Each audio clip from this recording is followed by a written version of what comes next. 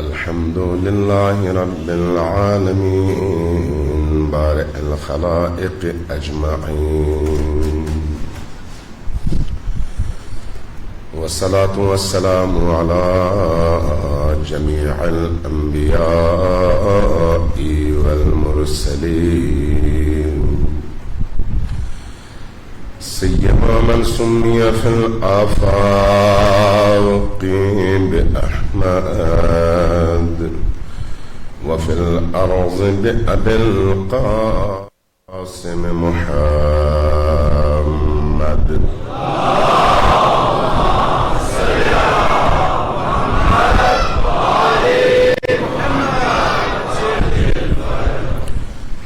والصلاة والسلام على أولاده الطيبين الطاهرين المعصومين الميامين، واللعنهم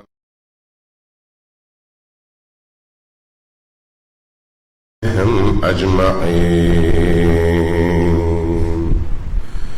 من يوم عداوتهم إلى قيام يوم الدين.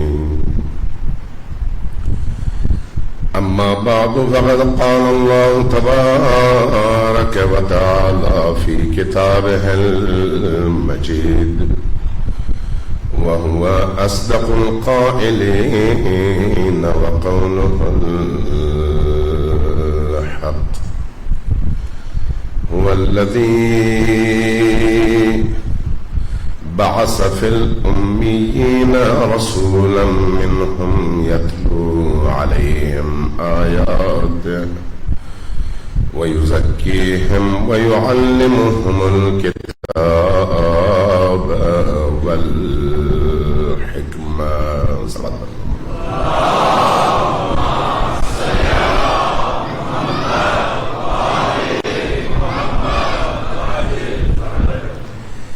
ایک دفعہ پھر ذرا سب مل کر اونچی آواز سے صلوات بھیجیے بر محمد والے.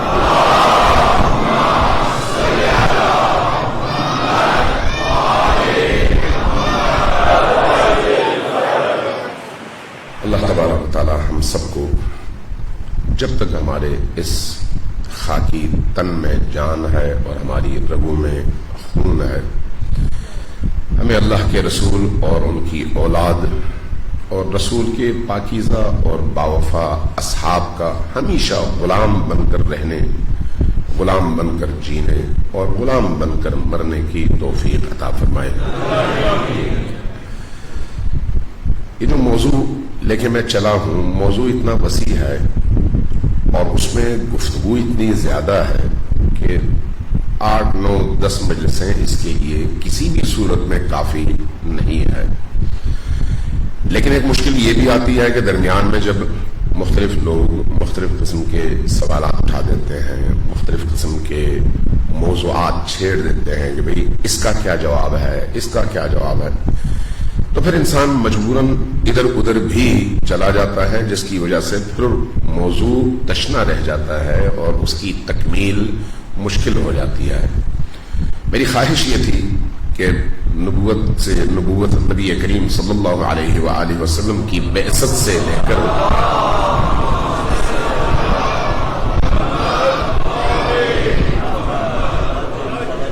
نبی کریم کے اس 23 سالہ زندگی کے حوالے سے ایک احاطہ ہو جائے ان مجالس میں، اور اس کے بعد پھر آل نبی کے ساتھ ہم سفر آگے کریں اور ان کی تاریخ کا بھی ایک جائزہ لیں، ان کی زندگی کے نشیب و فراز کو بھی زیر بحث لائیں، یہاں تک کہ آج جس شخصیت کے انتظار میں کائنات کا ذرہ ذرہ تڑپ رہا ہے، جس ہستی کو اللہ نے اپنی حجت قرار دیا ہے، جس شخصیت اور ہستی کی آمد سے تمام انبیاء کی تعلیمات دوبارہ سے زندہ ہونی ہے، اس شخصیت اور اس ہستی کی بارگاہ میں بھی ہم کچھ خراج عقیدت پیش کر سکیں اور کچھ سیکھ سکیں.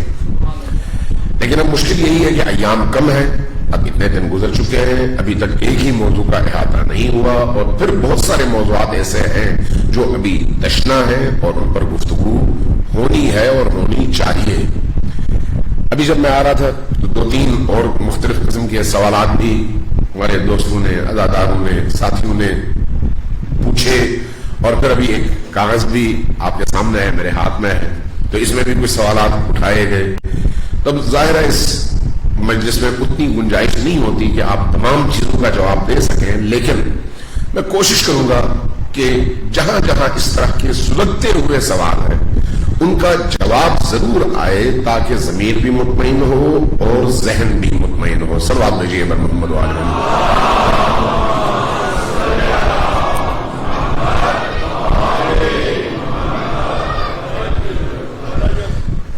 آج تھوڑا سا سرسری انداز میں کچھ قرآن کریم کی نگاہ میں ہم دیکھتے ہیں کہ انبیاء علیہ السلام کی، خصوصاً نبی کریم کی اس وقت بات ہو رہی ہے قرآن کے سائے میں اور قرآن کی نگاہ میں، کہ آپ کی بعثت کے جو اثرات معاشرے پر ہونے چاہیے، آپ کی بعثت کے نتیجے میں جو فوائد معاشرے کو حاصل ہونے چاہیے، آپ کی نبوت اور رسالت کے نتیجے میں انسانی معاشرے کو جس مقام تک پہنچنا چاہیے، اس کے حوالے سے خود قرآن کیا کہتا ہے۔ قرآن خود سب سے بڑا وہ راہنما اصول ہے جو ہمیں کسی اور چیز کا محتاج ہونے نہیں دیتا۔ لہذا اگر قرآن کو ہم سمجھ سکیں تو اس کے بعد باقی چیزوں کو حل کرنا بڑا ہی آسان ہے۔ اس لیے احادیث قرآن کریم کے بعد ہے، پہلے خود قرآن کریم ہے۔ اب قرآن کریم میں دو طرح کی آیات ہیں، کچھ آیات ایسی ہیں جن میں کسی ابہام کی گنجائش نہیں ہے، واضح روشن اس کے 2 جمع 2 4 کی طرح سے اس کا مفہوم ہم سمجھ سکتے ہیں، جو ظاہری اور ابتدائی مفہوم ہے، میں اس کے عمق اور گہرائیوں کی بات نہیں کر رہا۔ لیکن کچھ آیات ایسی ہیں جن کو ہم متشابہ کہتے ہیں، جن میں کئی احتمالات ہوتے ہیں۔ اب ان متشابہات کو محکمات کی طرف پلٹانے کے بعد پھر ہمیں ان سے پوچھنا پڑتا ہے جن کا علم نبی کی طرح سے تمام تر اوہام اور خیالات سے پاک بھی ہو اور من جانب اللہ بھی ہو۔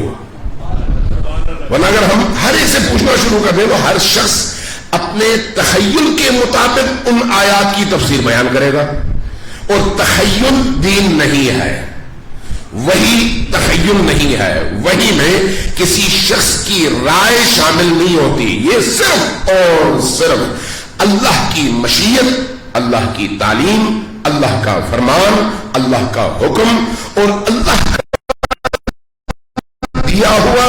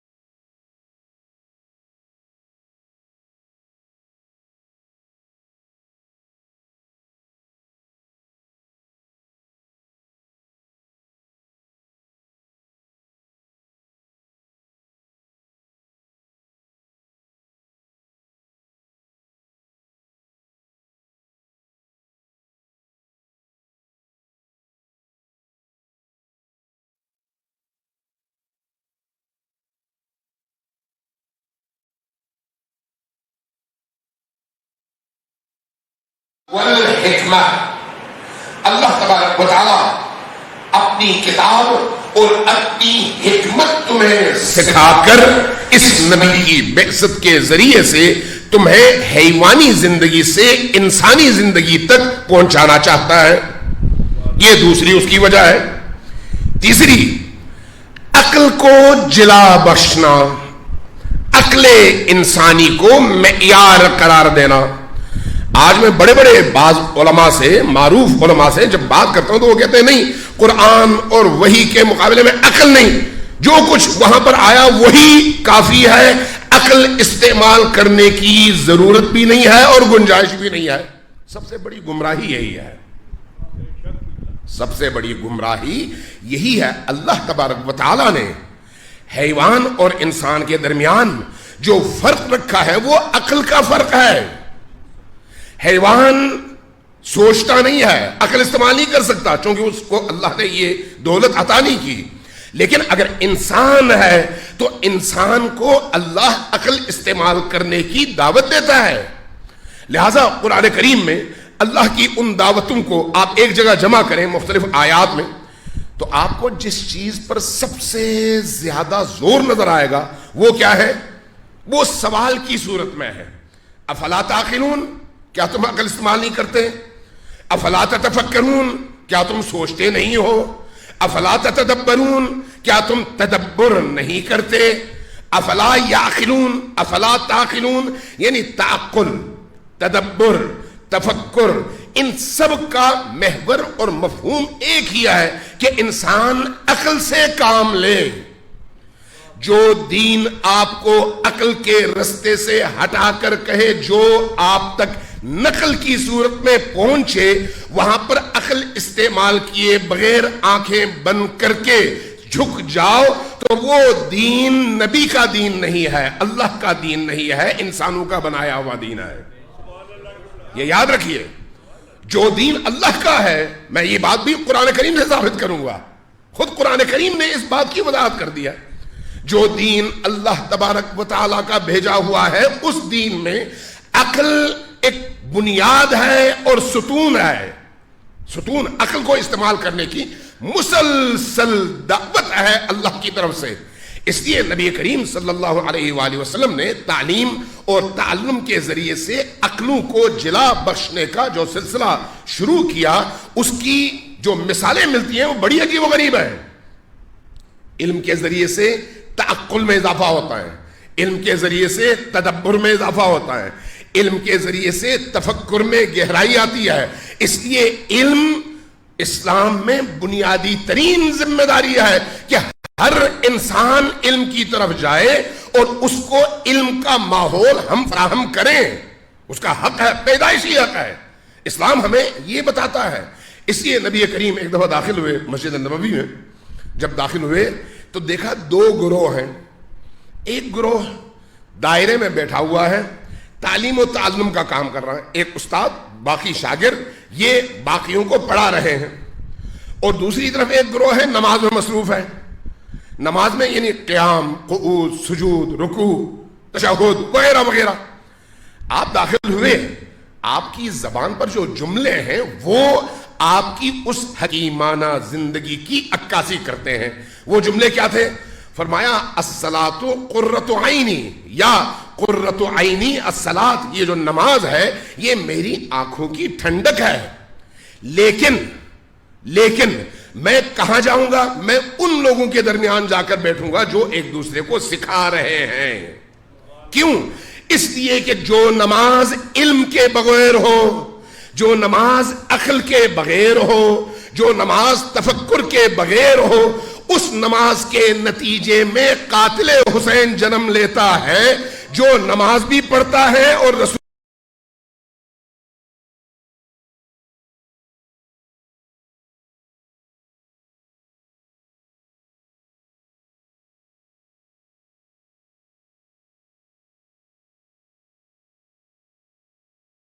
ہے. تو اس لیے ایک ذمہ داری انبیاء کی کیا ہے؟ اس معاشرے کے اندر عقل کی حاکمیت قائم کرے، عقلوں کو جلا بخشے علم کے فروغ کے ذریعے سے. اسی لیے امیر المؤمنین علی ابن ابی طالب علیہ السلام کا ایک جملہ ہے نہج البلاغہ میں،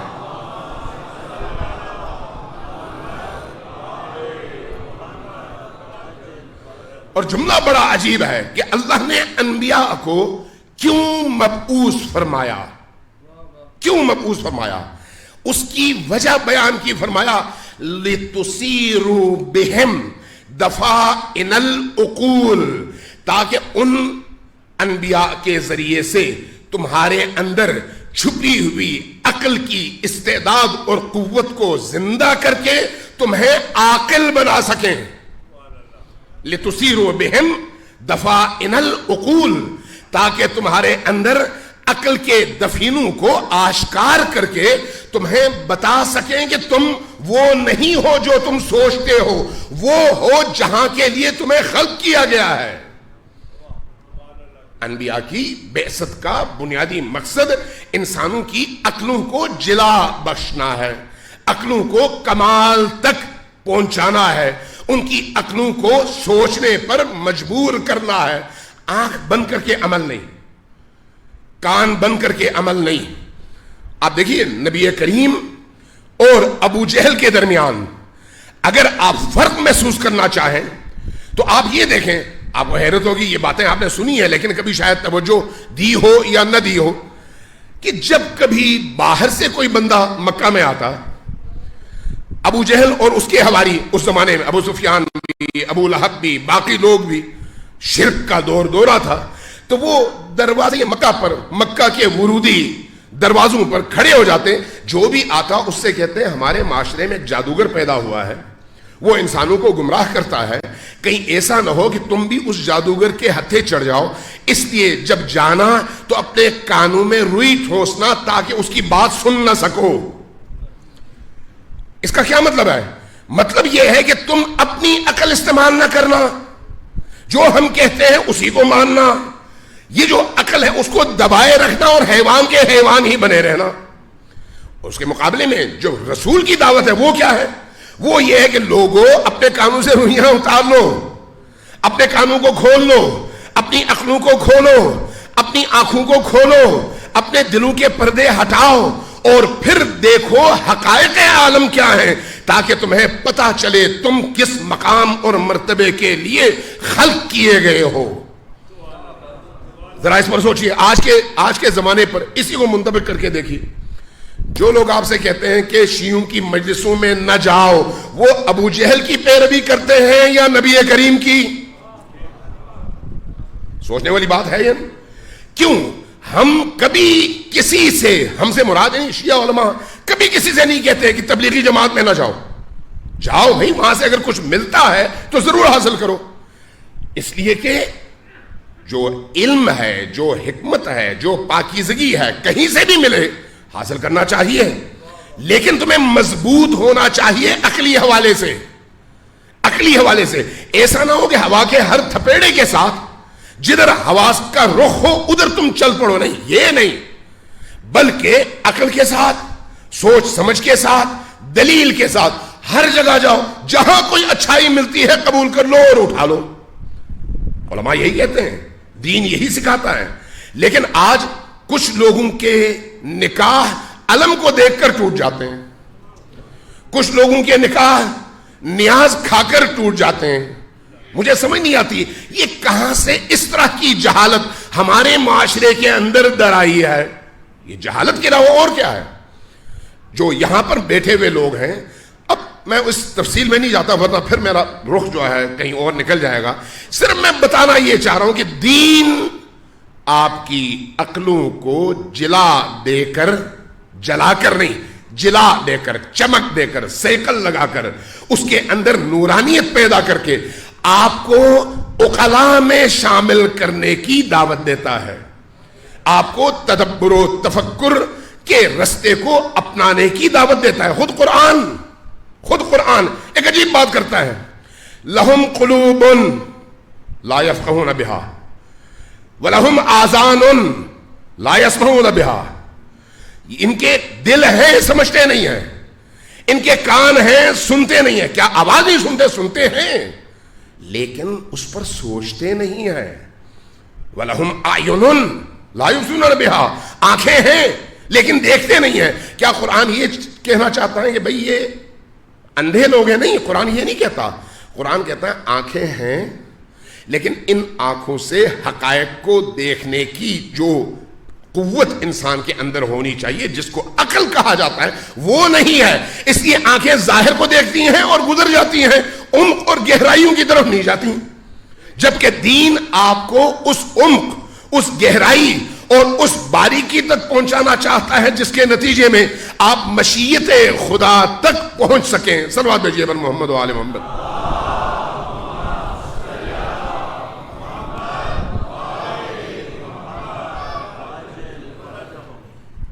اگلی بات, خود اسی حوالے سے امام صادق علیہ الصلوۃ والسلام کی ایک حدیث ہے,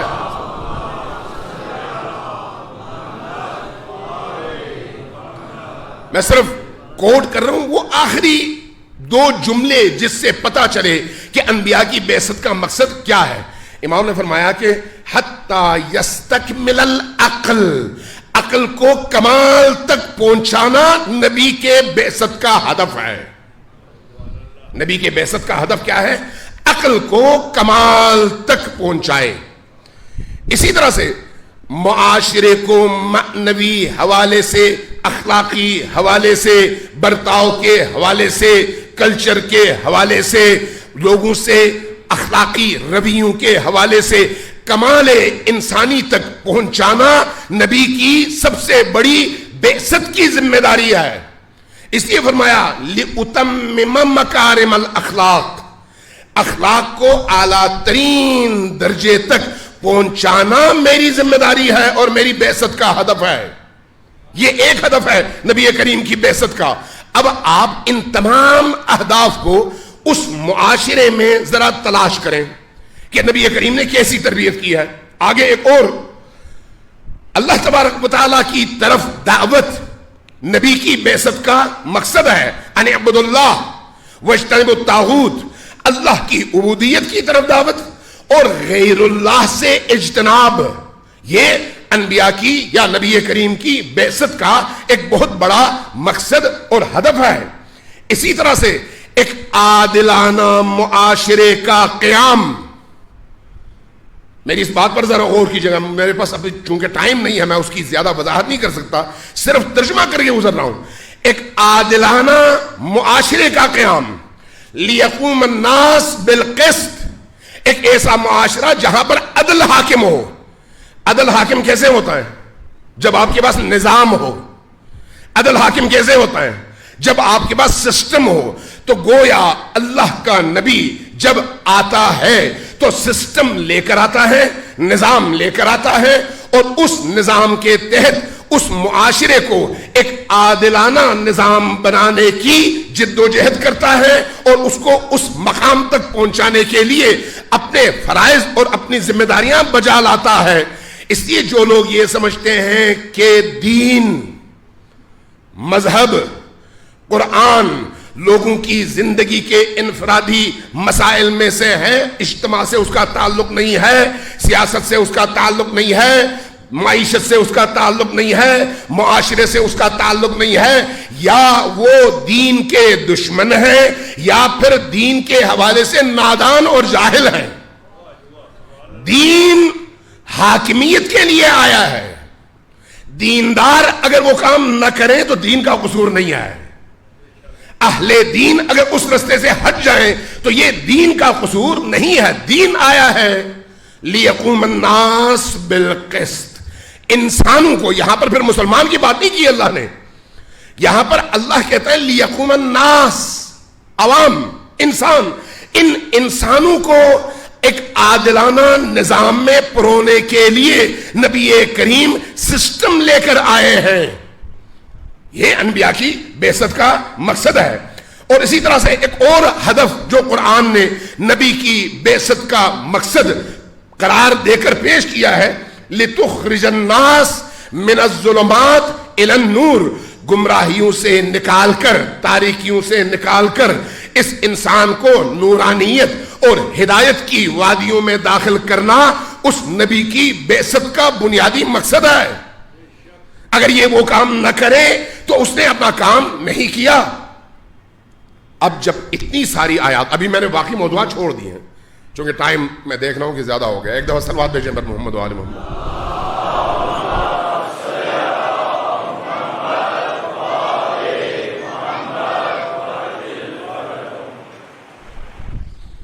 ایک دفعہ پھر صلوات بھیجیے پر محمد و آل محمد.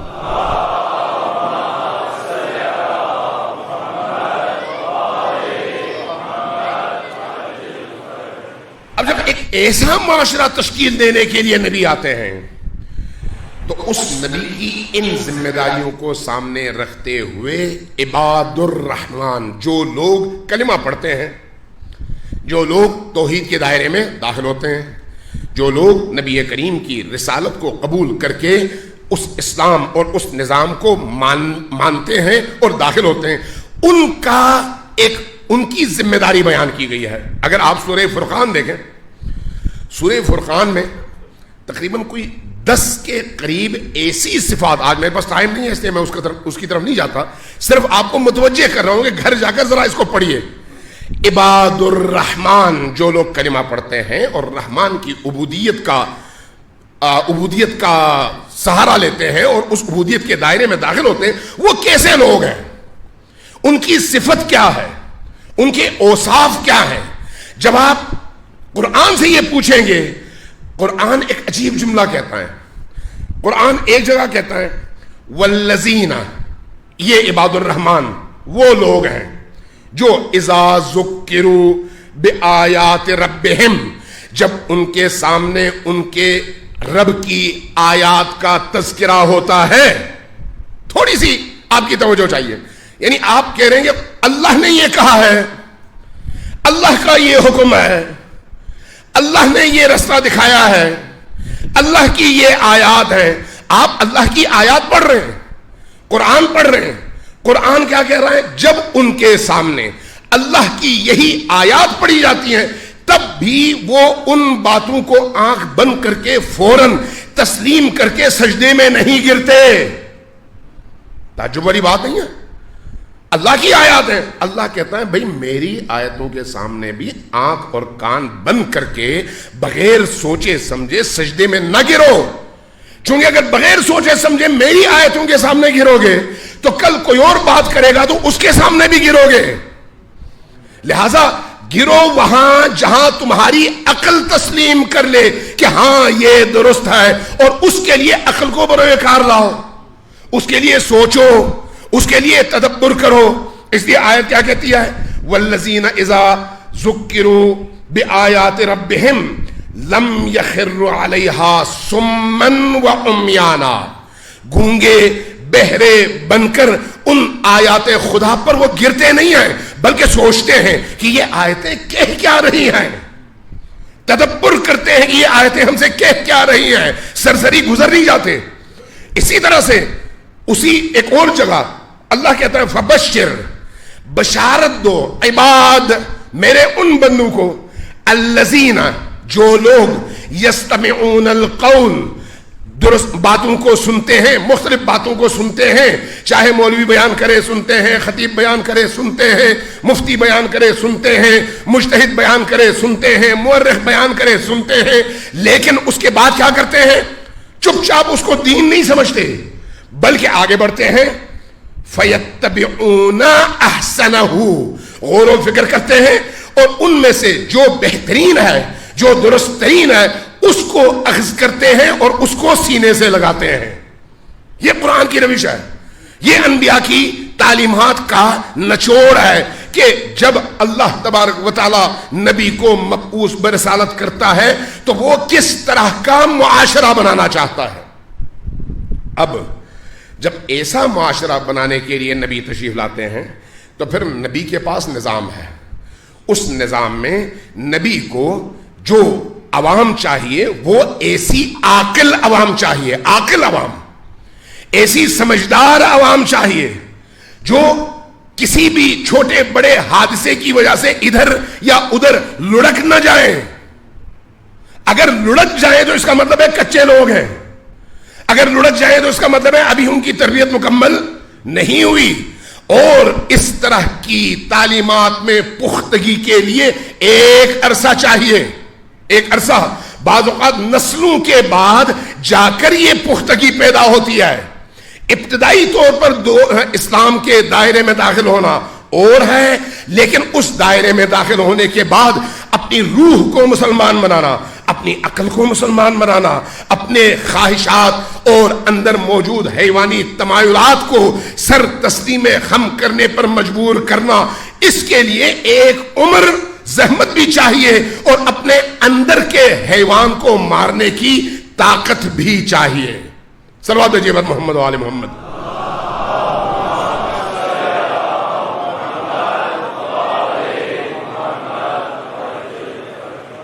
اس اعتبار سے آپ دیکھتے ہیں تو نبی کریم صلی اللہ علیہ وآلہ وسلم نے اپنی بعثت کے نتیجے میں دو طرح کے کام کیے ہیں، ایک وہ نظام اور ایک وہ اخلاقی تربیت۔ اخلاقی تربیت ظاہر ہے پہلے دن سب کے سب ولی اللہ نہیں بن سکتے، اس کے لیے ٹائم چاہیے، اس کے لیے تربیت چاہیے، اس کے لیے مختلف مراحل سے گزرنا چاہیے، اس کے لیے آپ کو روزہ بھی رکھنا پڑتا ہے، اس کے لیے آپ کو زکوٰۃ بھی دینی پڑتی ہے، اس کے لیے آپ کو خمس کی ادائیگی بھی کرنی پڑتی ہے، چونکہ یہ بھی اسی تربیت کا حصہ ہے کہ آپ زکوٰۃ جب دیں تو اپنے مال میں سے، اپنے کمائے ہوئے میں سے، خمس جب دیں اپنے مال اور کمائے ہوئے میں سے اللہ کے حکم سے جب نکالیں تو یہ نکالنا بڑا سخت ہوتا ہے، ہر شخص نہیں نکال سکتا۔ اب جب آپ مال کی اس محبت کے نرخرے پر، گردن پر پاؤں رکھ کر اس محبت کا گلا گھونٹتے ہیں تو پھر آپ ابراہیمی بھی بنتے ہیں اور محمدی بھی بنتے ہیں۔ قربانی صرف وہ تو نہیں ہے کہ آپ نے بکرا خریدا، اس کے گلے پہ چھرا پھیرا، خون نکالا اور اس کے بعد کہا کہ میں نے قربانی دے دی، گوشت لے جا کے آپ نے فریج میں بند کر دیا۔ یہ قربانی نہیں ہے۔ قربانی آپ کی خواہشات کی قربانی، آپ کے تمایلات کی قربانی، آپ کی جن جن چیزوں سے محبتیں ہیں ان کی قربانی۔ مال سے محبت ہے، قربانی چاہیے، جان سے محبت ہے، قربانی چاہیے، شہرت سے محبت ہے، قربانی چاہیے، محبوبیت لوگوں کے درمیان خود یہ بھی ایک انسان کی طلب ہے، اس سے محبت ہے، قربانی چاہیے۔ اس لیے ریاکاری اور خدا پرستی میں فرق کیا ہے؟ ایک ہے اللہ کو دکھانا، مخلوق سے چھپانا، ایک ہے مخلوق کے لیے کرنا، اللہ چاہے کچھ بھی ہو۔ جہاں آپ مخلوق کی رضا کے لیے اللہ کی رضا کو قربان کر دیتے ہیں، وہاں پر آپ کروڑوں روپے خرچ کر لیں لیکن آپ کے وہ کروڑوں روپے آپ کو خدا تک کبھی نہیں پہنچا سکتے، ہاں مخلوق کا اسیر بنا سکتے ہیں۔ بظاہر اگر دیکھا جائے تو یہ دین ہے، بظاہر دیکھا جائے تو ایسا شخص بہت بڑا فیاض، بہت بڑا سخی، بہت بڑا فلاحی کام کرنے والا اور لوگوں کا خدمتگار، لیکن آیا خدا کی بارگاہ میں بھی ایسا ہے؟ خدا کو بھی یہ قبول ہے؟ نہیں، خدا کو کیا قبول ہے؟ خدا کو وہ قبول ہے جو آپ کے اپنے اندر اپنی خواہش کا گلا گھونٹ کر آپ قدم اٹھاتے ہیں۔ اب اس میں یہ جو قدم آپ اٹھاتے ہیں اس میں ضروری نہیں ہے کہ آپ 1 کروڑ روپے دیں، ضروری نہیں ہے کہ آپ 1 لاکھ روپے دیں۔ بعض اوقات 1 روپے، 10 روپے، 15 روپے، 20 روپے سے بھی انسان اپنے اندر کی ان خواہشات کا گلا گھونٹنے میں کامیاب ہو جاتا ہے۔ بڑی رقم سے نہیں، بڑی قربانی سے نہیں، اپنے ارادے، اپنی خواہش کا گلا گھونٹنا، اپنی خواہش کا۔ شاید میں کسی ایک مجلس میں شاید یہ عرض کیا تھا کہ ائمہ ہدیٰ علیہ السلام کے حوالے سے جو روایات، جو آیات ہمیں قرآن کریم میں اور احادیث میں ملتی ہیں، ان میں اگر ان کی شان میں آیتیں نازل ہوتی ہوئی نظر آتی ہیں تو ان آیات پر آپ غور کریں۔ کہیں پر امیر المؤمنین علی ابن ابی طالب انگوٹھی دیتے ہیں، ایک انگوٹھی، اور اس انگوٹھی کی بنیاد پر آیت اترتی ہے۔ سوال یہ ہے کہ یہ کوئی بہت قیمتی انگوٹھی تھی کہ اللہ نے قیمت دیکھی اور انگوٹھی کی اس قیمت کے بدلے میں اللہ نے آیت اتاری، یا کہیں پر امیر المؤمنین اور آپ کے گھر والے روٹی دیتے ہیں، یہ روٹی کوئی سونے کی بنی ہوئی تھی؟ نہیں، اصل چیز کیا ہے؟ وہ اندر کا اخلاص، خدا پرستی۔ اس کے مقابلے میں ایک شخص اپنی پوری زندگی دے دے لیکن خدا کے لیے نہ ہو، لوگوں کے لیے ہو، تو یہ اس تربیت میں کامیاب نہیں ہے، یہ ناکام ہے۔ وہ شخص کامیاب ہے جس نے کم دیا لیکن جو دیا وہ خالصتاً اللہ کے لیے دیا. ان صلاتی و نسکی و مماتی للہ رب العالمین. یہ جو حضرت ابراہیم کے حوالے سے، کچھ اور انبیاء کے حوالے سے اس طرح کی آیات اور خود ائمہ کے حوالے سے اس طرح کی روایات ہمیں ملتی ہیں کہ میری نماز بھی، میرا اوڑھنا بچھونا بھی، میرا روزہ بھی، میری زندگی بھی، میری موت بھی، میرا جینا بھی، میرا مرنا بھی، سب کچھ خدا کے لیے ہے. تو اسی کی طرف قرآن اشارہ کرتا ہے انا للہ و انا الیہ راجعون. ادھر سے جب آئے تھے خالی ہاتھ تھے، جب ادھر جانا ہے خالی ہاتھ جانا ہے. تو اس دنیا میں اپنے آپ کو اسیر نہ کرو ان چیزوں کا جنہوں نے نہ تمہارے ساتھ آنے میں کردار ادا کیا اور نہ جانے میں وہ تمہارا ساتھ دے سکتے ہیں. انا للہ و انا الیہ راجعون یہ ہے. ایک واقعہ نقل کرتا ہوں، آگے بڑھتے ہیں. سلوات بھیجیے پر محمد و آل محمد.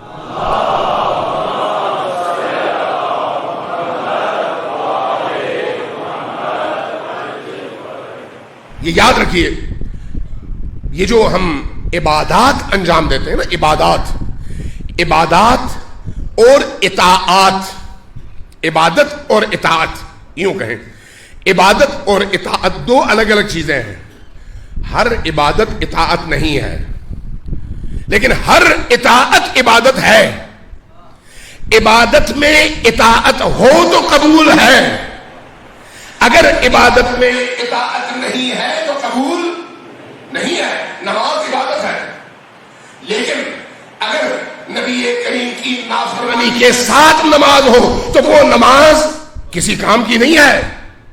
زکوٰۃ عبادت ہے، حج عبادت ہے، لیکن اگر یہی عبادت اللہ کی نافرمانی کے ساتھ ہو، حرام مال کے ساتھ ہو تو وہ عبادت نہیں ہے. ایک شخص سارا سال رشوت لے، سارا سال کرپشن کرے، سال میں ایک دفعہ حج پہ جائے اور دوسری دفعہ عمرے پہ جائے، تیسری دفعہ زیارت ائمہ پہ جائے، اس کی نہ وہ حج اس کے کام کی ہے، نہ عمرہ ہے، نہ یہ زیارت ہے، اس کی کوئی ضرورت نہیں ہے اللہ کو. عبادت ہے، اطاعت نہیں ہے. اس لیے اللہ کو جو منظور ہے، جو قبول ہے، وہ اطاعت ہے. اطاعت میں عبادت بھی ہے، لیکن ہر عبادت میں اطاعت نہیں ہے. اس لیے آپ یہ دیکھیں، دو چیزیں بڑی عجیب ہیں. دو چیزیں کربلا کے ایام ہیں. امام حسین علیہ السلام شب عاشور، بعض مورخین نے یہ لکھا ہے اور بڑا عجیب ہے، آپ نے شاید کم سنا ہوگا یہ موضوع، کہ امام حسین علیہ السلام کے اصحاب میں 1000 کے قریب لوگ تھے شب عاشور. تعداد کم نہیں تھی. امام حسین علیہ السلام نے سب سے پہلے جو دعوت دی وہ یہ ہے کہ تم میں سے صرف وہی یہاں پر رکیں جن کے کندھوں پر کسی فرد بشر کا کوئی حق موجود نہ ہو. تھوڑی سی توجہ آپ کی. کیا مطلب ہے اس کا؟ میرے ساتھ وہی چل سکتا ہے جو پاک ہو. جس کے ذمے حق الناس ہے اس کو میرے ساتھ آگے اگلے مرحلے میں داخل ہونے کی اجازت نہیں ہے. اس لیے جس کے ذمے کسی کا فرض کریں گندم کا ایک دانہ بھی ہے وہ نکل جائے حق الناس پہلے ادا کرے، میرے ساتھ اس کو جانے کی اجازت نہیں ہے. نتیجتاً 72 رہ جاتے ہیں، نتیجتاً باقی لوگ نکل جاتے ہیں، اس لیے کہ ان کے کندھوں پر حق الناس ہے. اور اس دنیا میں ہر چیز معاف ہو سکتی ہے، حق الناس معاف نہیں ہو سکتا. لوگوں کا حق معاف نہیں ہو سکتا، بیٹی کا حق معاف نہیں ہو سکتا، بھائی کا حق معاف نہیں ہو سکتا، بزنس پارٹنر کا حق معاف نہیں ہو سکتا جب تک وہ آپ کو معاف نہیں کرتا. اور یہ حق صرف مال نہیں ہے کہ کوئی یہ سمجھے ہم نے کسی کا حق مارا، مال مار لیا، مال پر قبضہ کر لیا، اس لیے وہ اگر راضی ہو تو تب مجھے نجات ملے گی. نہیں، اگر میں نے کسی کی عزت پر، کسی کی آبرو پر، کسی کی حرمت پر کیچڑ اچھالی ہے اور میری وجہ سے وہ شخص چند لوگوں کے درمیان بدنام ہوا ہے تو اب اس کا یہ حق ہے مجھ پر، جب تک وہ مجھے معاف نہ کرے اس دنیا میں ایک قدم آگے نہیں بڑھ سکتا. یہ احادیث کہتی ہیں, یہ تعلیمات نبوی کہتی ہیں, یہ سیرت ائمہ کا خلاصہ ہے. حق, ہر طرح کا حق, چاہے لسانی ہو, چاہے مالی ہو, چاہے کچھ اور ہو. اس لیے کربلا میں ایک عجیب آپ کو پہلو نظر آئے گا جب امام حسین علیہ الصلوۃ والسلام آخری وقت میں لشکر اشقیاء کے سامنے کھڑے ہوئے اور ان کو دعوت دے رہے تھے. وہ کلمہ گو مسلمان تھے, نماز پڑھتے تھے, روزہ رکھتے تھے, اور ان کے درمیان قرآن کی تلاوت کرنے والوں کی بھی کوئی کمی نہیں تھی. قاریان قرآن بھی, حافظان قرآن بھی کم نہیں تھے. لیکن کیا وجہ ہے؟ امام حسین علیہ الصلوۃ والسلام ان کو دعوت دیتے تھے حق کی جانب, اور ان میں سے کوئی بھی بندہ آنے کو تیار نہیں تھا. آخری لمحوں میں امام نے ایک جملہ ارشاد فرمایا, مورخین نے لکھا ہے اور احادیث میں بھی موجود ہے, کہ امام نے فرمایا تمہیں معلوم ہے کہ حسین ابن علی کا کلام تم پر اثر انداز کیوں نہیں ہو رہا؟ تمہیں معلوم ہے؟ خاموشی ہے آگے کہ کیا بیان کریں. پھر خود فرماتے ہیں اس کی وجہ یہ ہے کہ تمہارا پیٹ حرام سے بھرا ہوا ہے. جس کا پیٹ حرام سے بھرا ہوا ہو اس کے سامنے قرآن کریم کو پانی میں گھول کر اس کو پلا دے, یا اول سے آخر تک اس کے کانوں میں قرأت کرتے رہے, تلاوت کرتے رہے, اس پر اس حق کے کلام کا ذرہ برابر اثر نہیں ہوگا. اس لیے کہ اس کی روح حرام سے پرورش پائی ہے, اس کا وجود حرام سے پرورش پایا ہے. لیکن اس کے مقابلے میں اگر کسی کے اندر کی دنیا پاکیزہ ہے, جو کہ نبی کریم کی بعثت کا بنیادی ترین مقصد ہے, بنیادی ترین مقصد ہے, تاکہ ان کو پاک کیا جا سکے. جس کے اندر کی دنیا پاکیزہ ہو وہ شخص بعض اوقات ایک جملے سے متغیر ہو جاتا ہے اور اس کی زندگی تبدیل ہو جاتی ہے. ایک بہت بڑا چور اپنے زمانے کا, بہت بڑا ڈاکو اور بہت بڑا بدماش فضیل ابن ایاز, امام صادق علیہ الصلوۃ والسلام کے دور کا ہے, تقریباً 150 ہجری کا.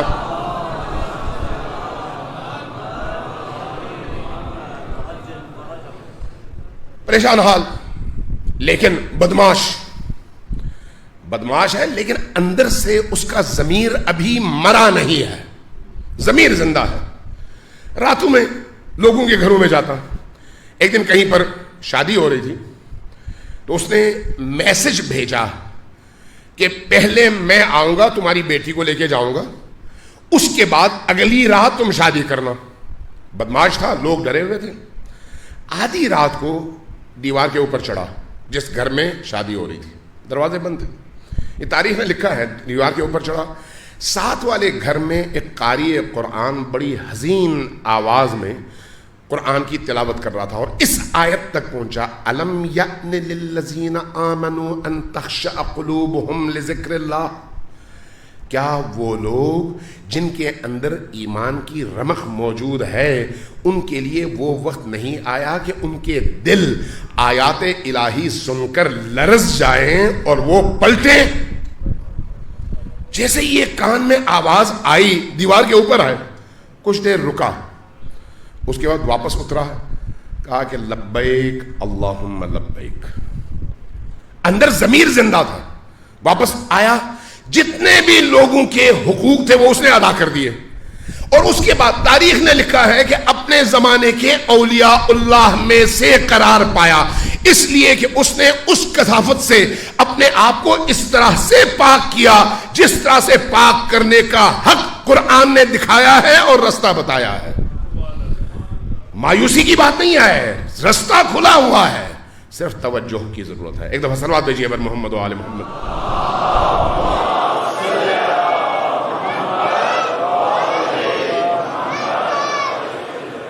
آپ کی جو تعداد ہے وہ آپ کے صلوات کے حوالے سے تعداد زیادہ اور صلوات کی آواز کم ہے. واجل فرجہم کے ساتھ اونچی آواز سے صلوات بھیجیے بر محمد.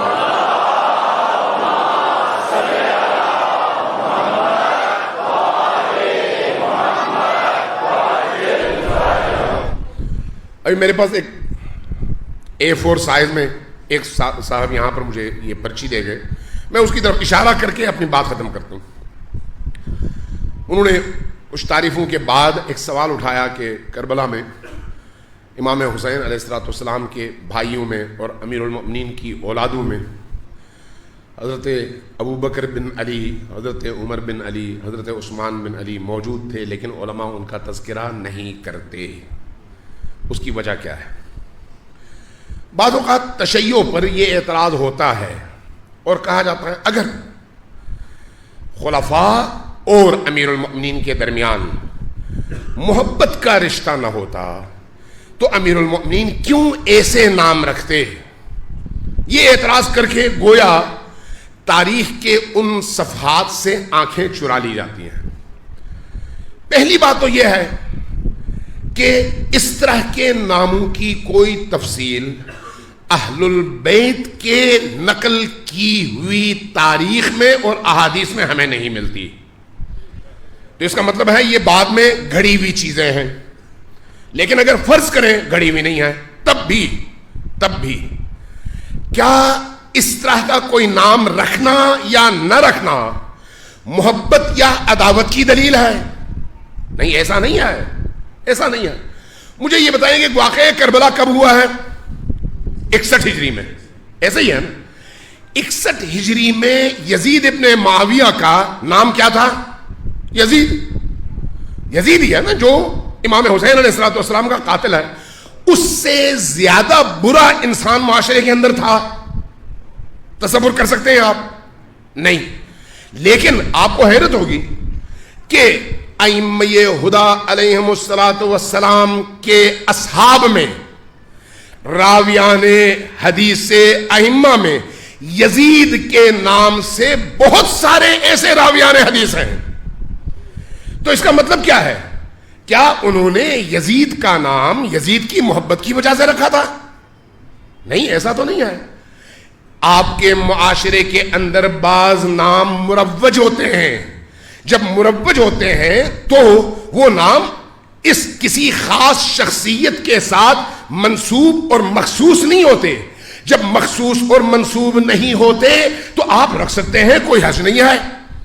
لیکن بعض اوقات ایک نام زمانے کے گزرنے کے ساتھ ساتھ اپنے اس کردار سے اتنا مختص ہو جاتا ہے، اتنا خصوصی ہو جاتا ہے کہ جیسے ہی نام سامنے آتا ہے اس شخصیت کا کردار سامنے آتا ہے. لیکن اس کے لیے ایک وقت چاہیے، زمانہ چاہیے. جیسے جیسے زمانہ آگے بڑھتا ہے ویسے ویسے بعض اوقات بعض نام اس طرح سے معین ہو جاتے ہیں. جیسے یزید ابن معاویہ کا نام ہے، زمانہ گزرتا چلا گیا. آج کوئی جرت کرتا ہے یزید نام رکھنے کی؟ کوئی نہیں کرتا. جبکہ 1400 سال پہلے بہت سارے یزید تھے، نام کے حوالے سے بہت سارے یزید تھے. کیوں؟ اس لیے کہ اس زمانے میں یہ نام کسی ایک شخصیت سے منسوب ہو کر خاص نہیں ہوا تھا کہ اگر یہ نام سامنے آئے تو ذہن میں اس شخصیت کا کردار سامنے آئے. لہذا ناموں پر اختلاف نہ کرو. نام کوئی بھی ہو سکتا ہے. نام میں اگر مفہوم ہے، معنی موجود ہے اور معنی اچھا ہے تو کوئی بھی نام رکھا جا سکتا ہے.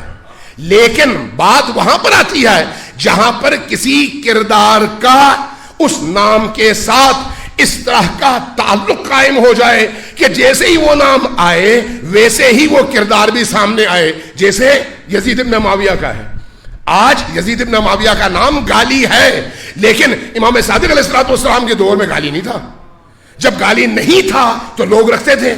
اس لیے ناموں پر نہ جائیں. جائیے احادیث کی کتابیں پڑھیے، جائیے تاریخ پڑھیے، جائیے ان مفاہیم کو پڑھیے جو قرآن اور احادیث سے ہم تک پہنچی ہیں، تاکہ ہم سمجھ سکیں کہ علی کے دوست کون ہیں، علی کے دشمن کون ہیں، اہل البیت کے ساتھی کون ہیں اور اہل البیت کے مخالف کون ہیں. صلوات بھیجیے بر محمد و آل محمد.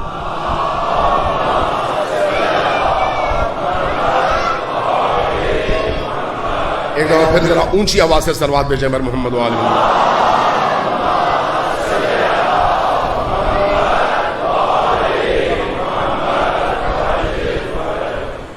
عزیزان گرامی، جیسے جیسے محرم کے اس عشرے کے یہ ایام گزرتے چلے جاتے ہیں، ہم اپنی زندگیوں میں، اپنے گھروں میں، اپنی مساجد میں، اپنی امام بارگاہوں میں، اپنی محافل میں محسوس کرتے ہیں کہ غم بڑھتا چلا جا رہا ہے.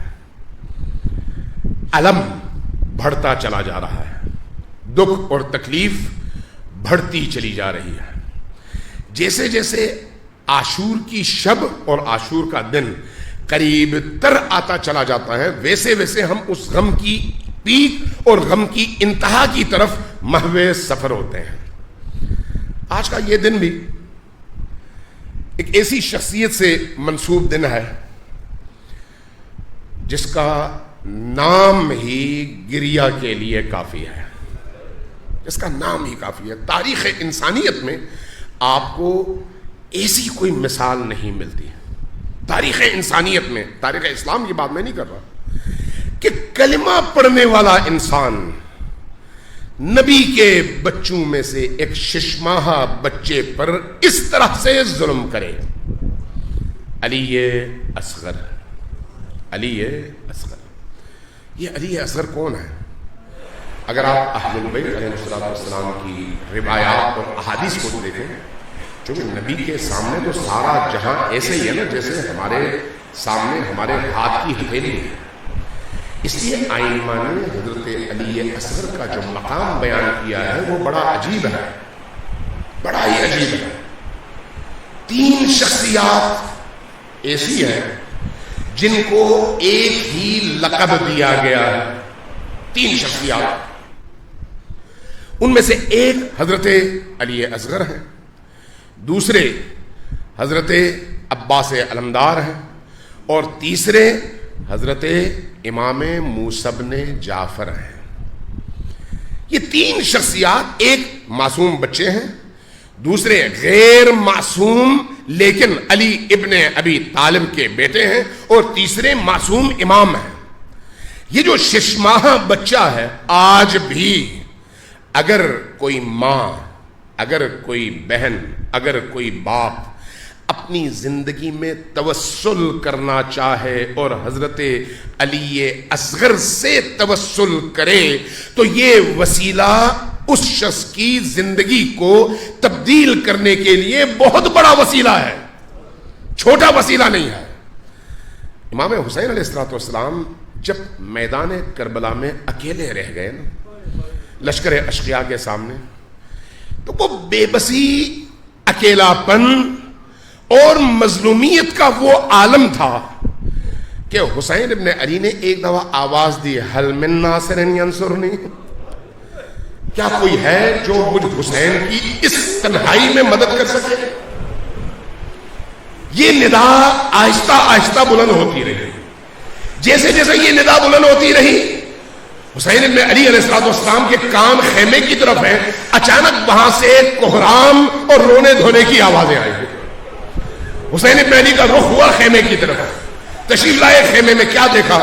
تمام مخدرات جمع ہیں اور ایک طوفان کا عالم ہے، سب رو رہی ہیں۔ کیوں رو رہی ہیں؟ اس لیے کہ جب آپ کی یہ ندا بلند ہوئی تو یہ بچہ روتے روتے اپنے گہوارے سے زمین پر گرا ہے۔ یہ بچہ باشعور ہے، باشعور۔ یہ جو انبیاء کے گھر کے بچے ہیں یہ باشعور بچے ہوتے ہیں، دوسروں کی طرح نہیں ہوتے۔ اس لیے جیسے ہی اس کے کان میں آپ کی صدائے استغاثہ پہنچی ہے، بچے نے رو رو کر خود کو ہلکان کر لیا ہے اور گہوارے سے زمین پر گر پڑا ہے۔ اب اس بچے کو حسین بن علی اٹھاتے ہیں اپنی گود میں، اٹھانے کے بعد اس کے لبوں کی طرف دیکھتے ہیں، لب خشک ہیں۔ کیوں خشک ہے؟ 3 دنوں سے ماں نے پانی نہیں پیا ہے اور بچے کو دودھ نہیں ملا ہے، لب خشک ہے۔ اس خشک لب معصوم بچے کو لے کر امام حسین علیہ السلام باہر آ رہے ہیں۔ اب جب باہر آ رہے ہیں، ہاتھ میں یوں بچہ اٹھایا ہوا ہے اور لشکر اشقیاء کی طرف رخ ہے۔ لشکر اشقیاء میں ایک غلغلہ برپا ہو جاتا ہے۔ حسین اب آخر کار قرآن لے کر آ رہے ہیں، قریب پہنچتے ہیں اور پہنچنے کے بعد فرماتے ہیں کہ دیکھو ابن زیاد کے لشکر والوں، تمہاری دشمنی مجھ سے ہے نا، اس معصوم بچے نے تو کوئی قصور نہیں کیا، اس بچے کے لب دیکھ لو، یہ خشک ہے، یہ بچہ پیاسا بھی ہے اور بھوکا بھی ہے، ماں کا دودھ خشک ہے، آؤ اس بچے کو چند قطرے پانی کے پلا دو، چند قطرے۔ یہ حجت خدا کا ادائے حجت ہے، یہاں پر حجت ادا کر رہے ہیں، کہہ رہے ہیں آؤ چند قطرے پانی پلا دو۔ خاموشی چھا جاتی ہے، ایک لشکر کے اندر غلغلہ برپا ہوتا ہے۔ آپ فرماتے ہیں دیکھو اس فرات کے پانی سے حیوان بھی پانی پیتا ہے، مویشیاں بھی پانی پیتی ہیں، یہ نبی کریم کا فرزند ہے، اس کو چند قطرے پلانے سے فرات میں کوئی کمی نہیں آئے گی، پانی دو اس کو۔ لیکن جواب نہیں ملتا۔ جب جواب نہیں ملتا، بعض لوگوں نے لکھا ہے مورخین نے کہ حسین ابن علی نے اس بچے کو زمین پر رکھا اور چند قدم پیچھے ہٹے اور فرمایا اگر تمہیں خوف ہے کہ وہ پانی میں پی جاؤں گا تو اس بچے کو پلا دینا، میں واپس لے جا کے بچے کو ماں کے حوالے کر دوں گا۔ لیکن کوئی شقی اپنی جگہ سے ہلا نہیں، آپ نے بچے کو اٹھایا۔ اب بعض مورخین نے لکھا ہے کہ بچے کے لب خشک تھے، حسین ابن علی نے اشارہ کیا، اس بچے نے اپنی زبان باہر نکالی اور اپنے ہونٹ پہ زبان پھیرنے لگا۔ جب یہ منظر دیکھا تو جو لوگ ارد گرد دیکھ رہے تھے ان کی چیخیں بلند ہوئیں۔ جب ان کی چیخیں بلند ہوئیں، حسین ابن علی جھکنے لگے کہ اس بچے کا بوسہ دے سکیں۔ جیسے ہی جھکنے لگے تو لکھا ہے کہ ہرملہ کو حکم ہوا اور ہرملہ نے ایک 3 پھلوں والا تیر کمان پہ چڑھایا۔ 3 پھلوں والا تیر، اس تیر کی اپنی ایک تاریخ ہے۔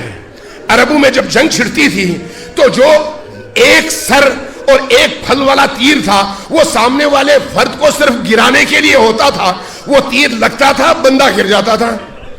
دوسرا جو 2 پھلوں والا تیر تھا، جب وہ پھینکتے تھے تو وہ جسم کو چیر دیتا تھا، لیکن ایک پھل جو 3 پھلوں والا ہوتا تھا، جب وہ تیر کمان پر چڑھاتے تھے تو سامنے بڑے بڑے شاہ سواروں کو سامنے رکھ کر چڑھاتے تھے تاکہ وہ کسی بھی صورت میں بچ نہ پائے۔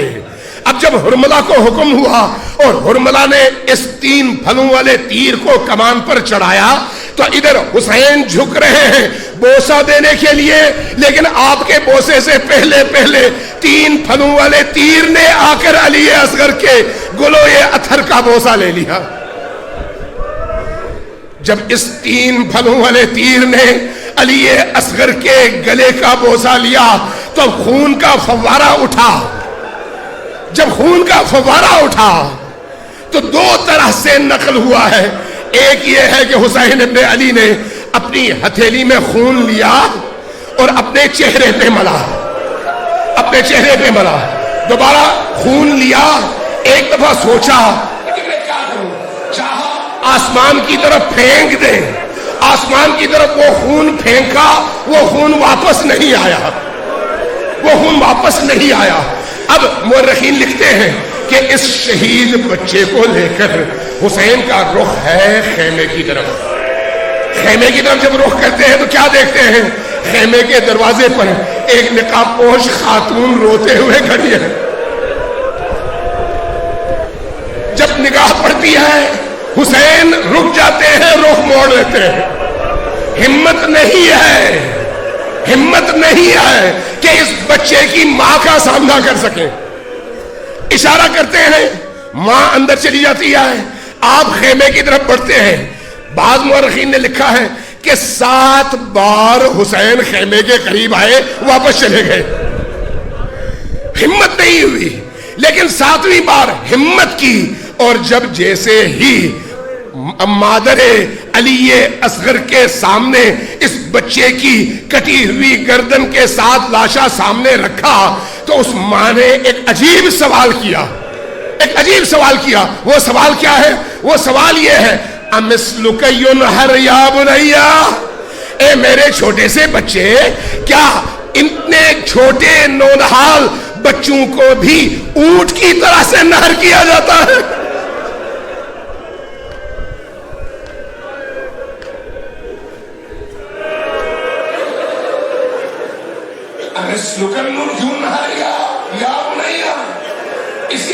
ایک عجیب بات لکھی ہے کہ جب یہ بچہ حسین کی آغوش میں تڑپ رہا تھا تو اس تڑپتے ہوئے ایک وقت ایسا آیا کہ اس بچے کے لب کھلتے تھے پھر بند ہوتے تھے، کھلتے تھے پھر بند ہوتے تھے۔ جن لوگوں نے نقل کیا ہے وہ اس کو تشبیہ دیتے ہیں، کہتے ہیں ایسے لگ رہا تھا جیسے ابھی پانی سے مچھلی کو نکالا ہو. مچھلی جب خشکی میں آئے پہلے تڑپتا ہے، اچھلتا ہے، جب بے جان ہو جاتا ہے تو آخری وقت ایسا ہوتا ہے جب اس کے لب کبھی کھلتے ہیں کبھی بند ہوتے ہیں. آج علی اصغر کا یہی حال تھا. اس کیفیت میں تاریخ نے لکھا ہے، علماء نے لکھا ہے کہ یہ جو مادر علی اصغر ہے نا، ان کی کیفیت کیا تھی. کربلا کے بعد 1 سال تک یہ مادر، یہ ماں زندہ رہی، لیکن تاریخ نے لکھا ہے کبھی بھی وہ دھوپ سے سائے میں نہیں آئی ہے، ہمیشہ دھوپ میں بیٹھی رہتی تھی. جب پوچھا جاتا کہ بی بی سائے میں کیوں نہیں آتی، جواب میں فرماتی کہ جس کا علی اصغر جیسا نونہال بچہ شہید ہو گیا ہو